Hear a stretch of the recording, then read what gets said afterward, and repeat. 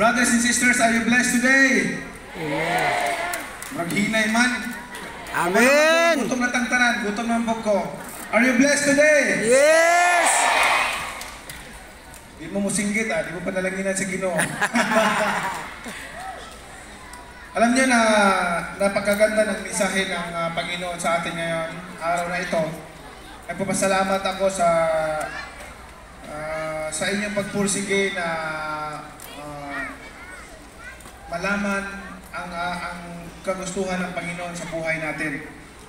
Brothers and sisters, kailangan makabalog yun ta sa atong purpose diri sa kalibutan. Dili lang ta nga mabuhi mo tigulang niya, mag-asawa niya, mamatay. Dili lang muna na atong purpose atong kinabuhi. Ang atong purpose diri nga mag-glorify na ang atong Ginoo o makatabang ta sa atong isigayon, makabuhat ta maayo sa atong isigayon. Amen.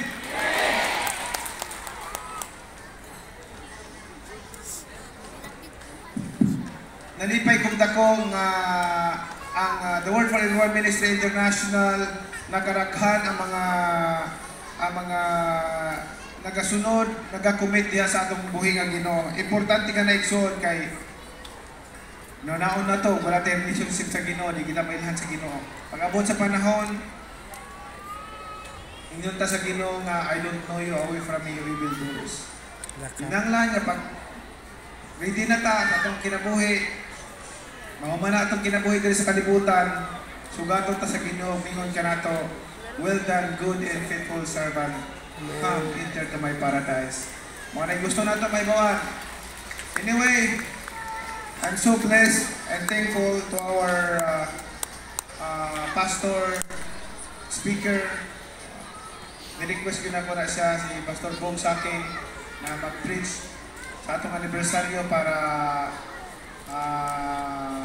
makapanalangin man sa atong tanan, no? Kabalo ko sa atong kinahanglanon sa atong kinabuhi. Ug ako nagaampo kanunay kamo panalanginan ug ipahatag kaninyo sa atong buhi nga Ginoo ang inyong mga panginahanglan sa matag adlaw. Masayon ko nga unsa ka lisod ang kinabuhi karon, but in God all things are possible. Nothing is impossible. Just have faith. Stand firm in the faith. Marami tayong pagdaraanan na pagsubok sa buhay, pero salig lang ta sa itong buhay nga Ginoo. Kaya naa siya kay permanente, nagatanaw, nagahatag ka na itong panalangin. So I'm so thankful and encourage everyone. Ina-encourage ko kamong tanan. The purpose of the Word for Everyone Ministry International is to encourage everyone to read the Bible. Magbasa kita og Bible para unsa man tong isulti sa atong atubangan, isangyaw ka nato sa mga pulong ka nato, masabtan nato nga tinuod ka na ug dili ka na baka. Ingon ana ang atong mission nga ang bawat usa makahibalo gyud sa atong pulong sa Ginoo. Mao tong ibitaw nga sa Joshua 1 verse 8, keep this book of the law always on your lips. Meditate on it day and night so that you may be careful to do everything written in it. Then you become prosperous and successful.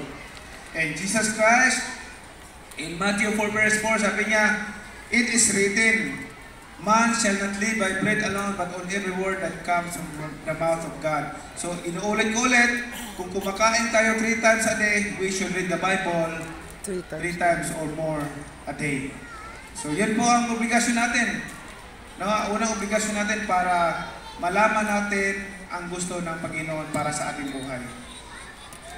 Thank you everyone, and brothers and sisters, I hope to see you every Sunday, and I hope to see you again to the next anniversary for the Word for Everyone Ministry International. God bless. God is good every time.